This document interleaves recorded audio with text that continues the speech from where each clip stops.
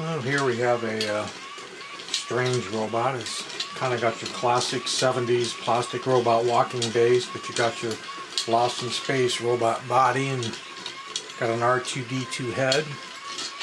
A lot of flashing and spinning light effects. Basically made up with parts left over while I was working on the Jupiter robot project and the rotating Rotomatic robot project. It operates in 2 AA batteries behind this battery door, which you just pull off and then hold you there.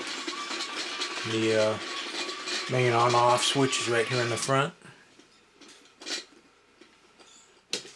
And there you have it.